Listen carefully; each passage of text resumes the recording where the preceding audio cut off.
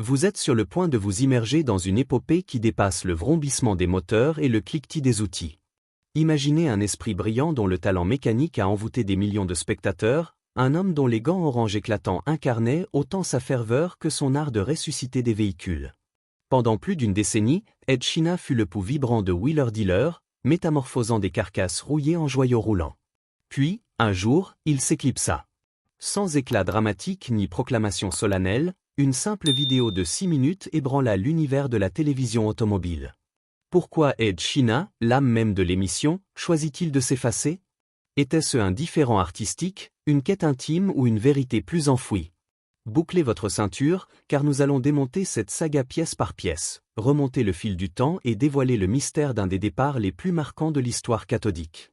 De l'invention d'un sofa motorisé à une lutte pour l'authenticité mécanique, voici l'Odyssée d'Ed Sheena, un récit d'innovation, d'abnégation et d'un homme qui préféra quitter les feux de la rampe plutôt que d'abandonner ses convictions. Avant que le nom d'Ed Sheena ne devienne l'emblème de la restauration automobile, avant ses gants fluorescents et sa renommée télévisuelle, il n'était qu'un enfant curieux, fasciné par tout ce qui tournait ou cliquetait. Né le 9 mai 1971 à Londres et grandi dans la quiétude verdoyante du Surrey, Ed évoluait dans un monde où engrenages, pistons et interrogations se mêlaient intimement. Dès son plus jeune âge, il désossait tout ce qui croisait son chemin, bicyclettes, postes de radio, pendules anciennes, non pour détruire, mais pour percer leurs secrets. Si ça bouge, je veux comprendre son mécanisme, si c'est figé, je veux en saisir la cause, lançait-il avec un éclat espiègle dans le regard.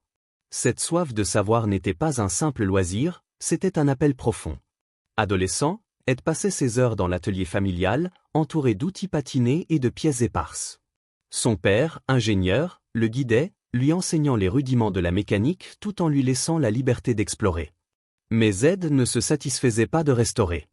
Il aspirait à inventer, à réinventer, à transcender. Cette flamme le mena à la South Bank University de Londres, où il s'immergea dans le design de produits d'ingénierie. Tandis que ses pairs s'attelaient à des travaux académiques conventionnels, Ed visait l'extraordinaire. Il ne cherchait pas à créer des objets purement utilitaires, il voulait qu'ils émerveillent, qu'ils racontent une histoire.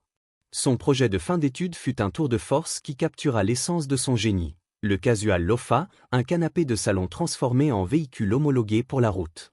Oui, un sofa. Doté d'un moteur, d'un volant, de pneus et même d'une plaque officielle. Ce n'était pas qu'un meuble roulant, c'était un manifeste d'audace, une fusion de pragmatisme et d'absurde qui attirait les regards et suscitait l'émerveillement partout où il passait. Le Casual Lofa n'était pas seulement une prouesse technique, il incarnait la philosophie d'Ed. Pourquoi se plier aux contraintes quand on peut les réécrire? Ce coup d'éclat lui valut une notoriété immédiate, des articles dans la presse locale et une inscription au Guinness Book of World Records pour le canapé motorisé le plus rapide. Mais surtout, il révéla un homme qui ne se contentait pas de réparer, il réimaginait les machines. Le triomphe du Casual Lofa n'était qu'un prélude. En mars 1999, Ed fonda Comfy Banana Limited, une entreprise dédiée à la création de machines aussi excentriques qu'efficaces. Des abris motorisés au caddie de supermarchés géants, chaque projet était une ode à l'ingéniosité. Ces créations, comme un lit roulant ou une salle de bain mobile, mariaient humour et prouesse, défiant les normes tout en prouvant que l'impossible n'était qu'une question de perspective. Ces inventions lui attirèrent une couverture médiatique croissante, d'autres records mondiaux et une réputation de mécanicien visionnaire. Mais Ed n'était pas qu'un inventeur fantasque. Il ouvrit Grease Junkie, un garage à Bracknell, dans le Berkshire, où il conjugua réparation classique et expérimentation audacieuse. Ce n'était pas un atelier ordinaire. Les clients y venaient pour une vidange ou un réglage de frein, mais repartaient avec une anecdote, celle d'un homme qui transformait chaque véhicule en une aventure. Grease Junkie devint un sanctuaire pour les passionnés d'automobile, un lieu où la mécanique rencontrait l'imagination. Ed y testait des prototypes, affûtait ses idées et forgeait une communauté de fervents qui voyaient en lui plus qu'un technicien, un narrateur d'épopées mécaniques. En 2003, une opportunité bouleversa tout. Des producteurs de télévision cherchaient une idée novatrice, une émission mêlant l'excitation du marché de l'occasion à l'art de la restauration mécanique. Ainsi naquit Wheeler Dealer. Le concept était limpide mais puissant, acquérir des voitures classiques à petit prix, les remettre en état avec soin et les revendre avec profit. Pour réussir, il fallait deux âmes complémentaires. Mike Brough, négociant charismatique au flair aiguisé, gérait les transactions. À ses côtés, il fallait un maître artisan, capable de métamorphoser une épave en une œuvre roulante. Quelqu'un comme Ed Sheeran. Dès le premier épisode, diffusé sur Discovery Channel, l'alchimie entre Mike et Ed creva l'écran. Mike apportait une énergie débordante, une pointe d'humour et une audace commerciale. Ed, avec ses gants orange et son calme réfléchi, incarnait la précision et la passion. Ensemble, ils formaient un tandem idéal. Ed ne se limitait pas à réparer des voitures, il les expliquait. Avec une patience infinie, il guidait les spectateurs à travers des carburateurs encrassés, des suspensions fatiguées ou des circuits électriques capricieux. Ses explications, claires et accessibles, rendaient la mécanique presque lyrique. Tout est une question de logique, lançait-il avec un sourire en coin, démontant un moteur comme on résout une énigme. Ce qui rendait Wheeler Dealer unique, c'était sa sincérité. Contrairement à d'autres shows automobiles gorgés de mise en scène dramatique, celui-ci reposait sur une authenticité brute, 2 hommes, un atelier et une passion commune. Les spectateurs n'étaient pas seulement divertis, ils apprenaient. Les familles regardaient ensemble, les amateurs prenaient des notes, et même ceux qui n'avaient jamais manié une clé se surprenaient à rêver de restaurer une vieille Triumph ou une Mini Cooper. Ed était le cœur de cette magie. Il humanisait la mécanique, démystifiait les machines et donnait l'impression qu'avec du temps et de l'effort, tout devenait possible. Au milieu des années 2000, Wheeler Dealer devint un raz-de-marée mondial, diffusé dans plus de 100 pays et traduit en plusieurs langues. De la Fiat 500 à la Porsche 911, chaque épisode était une nouvelle odyssée, mêlant sueur, ingéniosité et complicité. Au centre de tout, il y avait Ed, ses gants orange et son refus des compromis. Il ne réparait pas seulement des voitures, il enseignait une philosophie, faire les choses dans les règles, même sans témoin. Le succès, cependant, transforme tout, souvent à un prix invisible.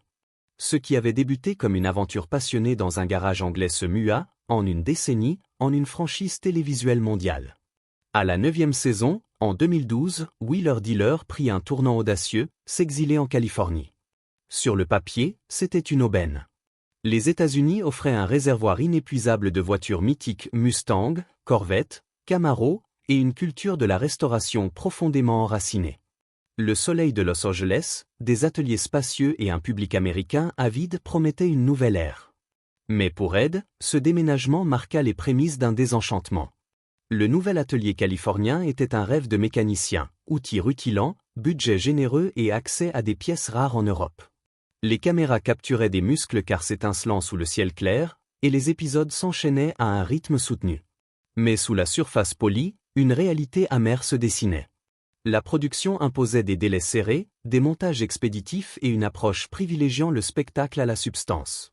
Ce qui jadis occupait 10 minutes à l'écran, un démontage de boîte de vitesse expliqué avec soin, se réduisait à une séquence de 90 secondes, rythmée par une musique entraînante et une narration simpliste. Les sponsors, omniprésents, dictaient les produits à promouvoir, transformant les réparations en publicité masquée. Ed le ressentit immédiatement. Lui qui avait bâti sa réputation sur des explications détaillées, sur la transmission d'un savoir, voyait son travail réduit à des clips fugaces. Il tenta de résister. Hors tournage, il filmait des gros plans supplémentaires, espérant préserver l'âme éducative de l'émission. Il réclamait du temps pour les réparations, plaidant pour que les spectateurs comprennent le « pourquoi » de chaque vis. Mais au montage, ses efforts étaient souvent tranchés. Ce n'est pas ce que veulent les téléspectateurs, lui rétorquait-on. Pourtant, les fans clamaient l'inverse. Sur les forums, YouTube et les réseaux sociaux, ils se lamentaient « Où sont les explications ? Pourquoi tout va-t-il si vite ? Où est l'Ed qu'on aimait ?» Pour Ed, ce n'était pas qu'une question de temps d'antenne. C'était une affaire d'intégrité.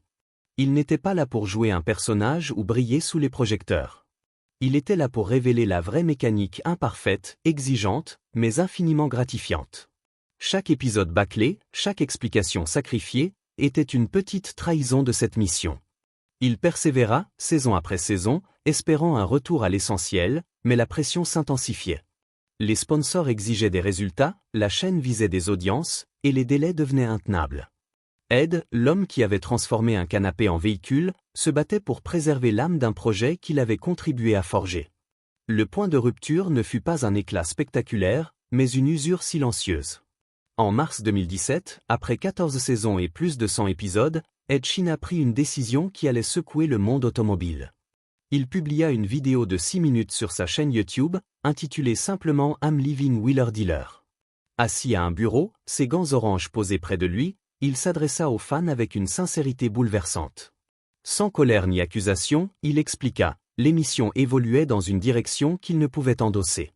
La production voulait réduire les séquences en atelier, privilégiant un format rapide et commercial au détriment de la pédagogie. Pour Ed, c'était une limite infranchissable. « Je ne pouvais plus continuer », déclara-t-il, la voix assurée mais teintée de mélancolie. Il remercia Mike Brewer, les fans et même la chaîne, mais son message était limpide, il préférait s'effacer que de trahir ses valeurs. La vidéo fit l'effet d'une bombe. En quelques heures, elle cumula des centaines de milliers de vues, en quelques jours, des millions. Les forums automobiles, groupes Facebook et réseaux sociaux s'enflammèrent. Pour les fans, ce n'était pas qu'un départ, c'était la fin d'une ère. Ed incarnait l'âme technique de Wheeler Dealer, celui qui rendait la mécanique accessible, transformant des réparations complexes en leçons universelles. Son absence laissait un gouffre que beaucoup jugeaient impossible à combler. Mais la réaction ne fut pas seulement nostalgique, elle devint, pour certains, toxique. Une frange du public tourna sa frustration vers Mike Brewer, le co-animateur. Sur les réseaux sociaux, les reproches fusaient. Mike n'avait pas assez soutenu Ed, il avait « vendu » l'émission au producteur, il avait laissé son essence s'étioler. Ces critiques, souvent infondées, prirent une tournure personnelle. Mike reçut des messages haineux, certains visant même sa famille. La communauté des fans, jadis unie par une passion partagée, se fissura. Mike, blessé mais digne, répondit dans un podcast, « Pas de dispute, pas de drame. Un homme a quitté son travail, rien de plus. » Il évoqua leur dernière rencontre, dans un bar d'hôtel à Paris, où ils avaient partagé des rires comme autrefois. Mais après la vidéo d'Ed, le lien s'était brisé. La tempête médiatique avait laissé des traces. 6 jours plus tard, Ed diffusa une seconde vidéo pour apaiser les tensions. Il défendit Mike, condamnant les attaques personnelles et rappelant que Wheeler Dealer était un effort collectif. « Personne ne mérite cette haine », affirma-t-il, soulignant que Mike n'avait aucun pouvoir sur les décisions de la chaîne. Ce geste, empreint de noblesse, calma certaines voix, mais le mal était fait. La fracture entre les fans, entre Ed et l'émission, était tangible. L'émission poursuivit sans Ed. En 2018, Ant Anstead, mécanicien talentueux et ancien policier, prit les rênes de l'atelier. Avec son style vif et sa personnalité affable, Ant insuffla une nouvelle énergie, mais il hérita d'un fardeau, être comparé à Ed à chaque tour de vis. Les fans restaient divisés, certains appréciaient le nouveau tempo, d'autres pleuraient l'approche méthodique d'Ed. En 2020, Ant céda sa place à Mark Elvis Priestley, ancien mécanicien de Formule 1 chez McLaren, avec un humour pince sans rire et un savoir-faire impressionnant. L'émission retrouva ses racines britanniques dans un nouvel atelier au Royaume-Uni, mais les débats persistaient. Wheeler Dealer pouvait-il survivre sans son cœur originel? Pendant ce temps, Ed Sheeran s'épanouit. Libéré des chaînes de la télévision, il lança Garage Revival sur YouTube, puis Ed Sheeran's Workshop Diaries, une série où il restaurait des véhicules à son rythme, sans concession. Des voitures électriques aux nouveaux sofas motorisés, chaque projet était une célébration de son amour pour la mécanique. Les fans affluèrent, sa chaîne dépassant rapidement le demi-million d'abonnés. Les commentaires débordaient de gratitude, enfin, le vrai Ed est de retour. Ses vidéos, longues et détaillées, renouaient avec ce qu'il avait toujours défendu, la transparence, la pédagogie et l'amour du travail bien fait. Pas de sponsors imposés, pas de coupe au montage, juste un homme, ses outils et une passion intacte. Ed imposa ses règles. Chaque outil montré était le sien.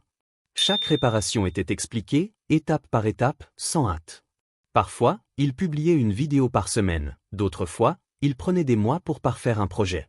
Les fans ne s'en plaignaient pas, ils savaient que chaque épisode valait l'attente.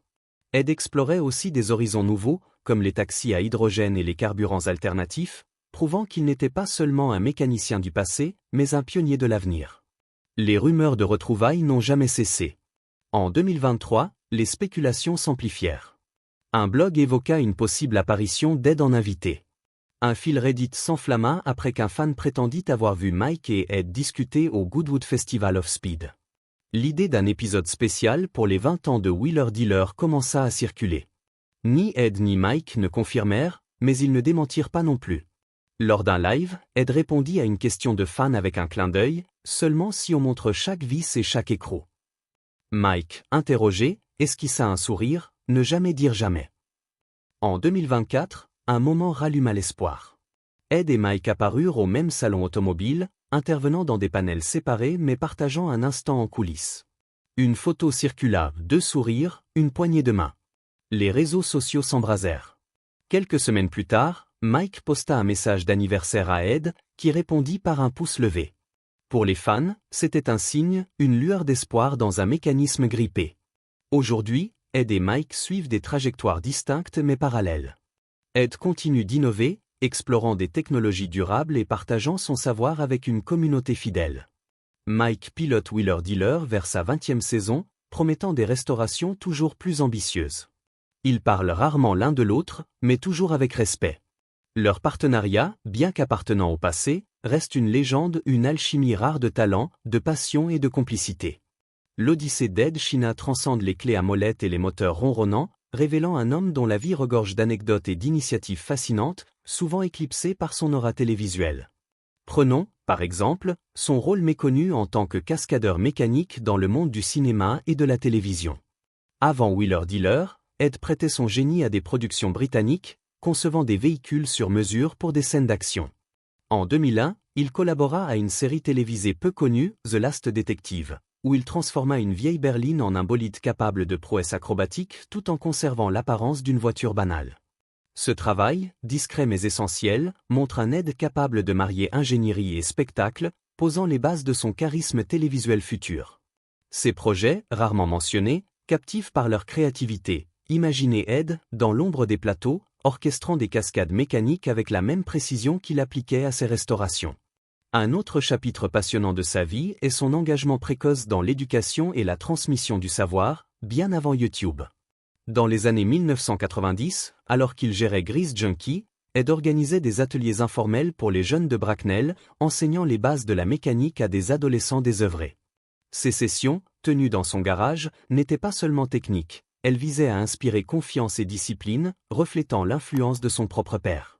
Un ancien participant, devenu mécanicien professionnel, a partagé en 2023 sur un podcast automobile comment ses cours ont changé sa vie, décrivant Ed comme un mentor patient qui transformait des pièces rouillées en leçons de vie. Cette facette altruiste d'Ed, rarement mise en lumière, montre un homme qui voyait dans la mécanique un outil d'émancipation, bien au-delà du simple divertissement. Son amour pour l'innovation s'étend aussi à des projets futuristes qui anticipaient les tendances écologiques. Dès 2010, alors que Wheeler Dealer prospérait, Ed expérimentait des conversions de voitures classiques en véhicules électriques dans son garage personnel. L'un de ses prototypes, une Mini Cooper de 1970 équipée d'un moteur électrique artisanal, fut présenté dans un salon automobile local, mais jamais diffusé à l'écran à cause des contraintes de production. Ce projet, détaillé dans un post de blog de 2022 sur son site Grease Junkie, illustre sa vision avant-gardiste. Il ne se contentait pas de préserver le passé, il imaginait l'avenir de l'automobile. Ces expériences, qu'il partage désormais dans Ed Sheena's Workshop Diaries, captivent les fans par leur audace, montrant un pionnier qui fusionne héritage mécanique et durabilité. Un aspect tout aussi saisissant est l'influence d'Ed sur la culture automobile mondiale, notamment à travers son rôle involontaire dans l'essor des communautés de restauration en ligne. Après son départ de Wheeler Dealer, des groupes comme Restauration Garage sur Reddit et des forums comme Piston Ed ont vu une explosion de tutoriels inspirés par son style. Des vidéos détaillées, accessibles, où les amateurs partagent des restaurations en citant Ed comme muse. En 2024, un hashtag Ed Inspired a même émergé sur TikTok, où des mécaniciens amateurs recréent ces techniques, comme sa méthode pour rénover des carburateurs ou polir des chromes à la main. Cette vague, qu'Ed n'a jamais directement orchestrée, témoigne de son impact durable. Il a transformé la mécanique en un mouvement participatif, où chacun peut devenir un artisan. Enfin, une anecdote personnelle ajoute une touche d'humanité à son parcours. En 2015, alors que la production de Wheeler Dealer s'intensifiait en Californie, Ed trouva refuge dans un hobby inattendu, la restauration de motos vintage, qu'il gardait secrète pour échapper à la pression. Dans une interview de 2023 avec Classic Car Weekly, il révéla avoir restauré une Triumph Bonneville de 1962 pour son usage personnel, un projet qu'il décrivit comme une « thérapie à 2 roues ». Cette moto, qu'il conduit encore lors de rassemblements automobiles britanniques, symbolise une facette intime d'Ed, un homme qui, même au sommet de la gloire, cherchait la sérénité dans le cliquetis d'un moteur et le vent sur une route de campagne. Ces histoires, du cascadeur au mentor, du pionnier écolo au passionné discret, enrichissent le portrait d'un homme dont la vie est une mécanique bien huilée, pleine de surprises et d'inspiration.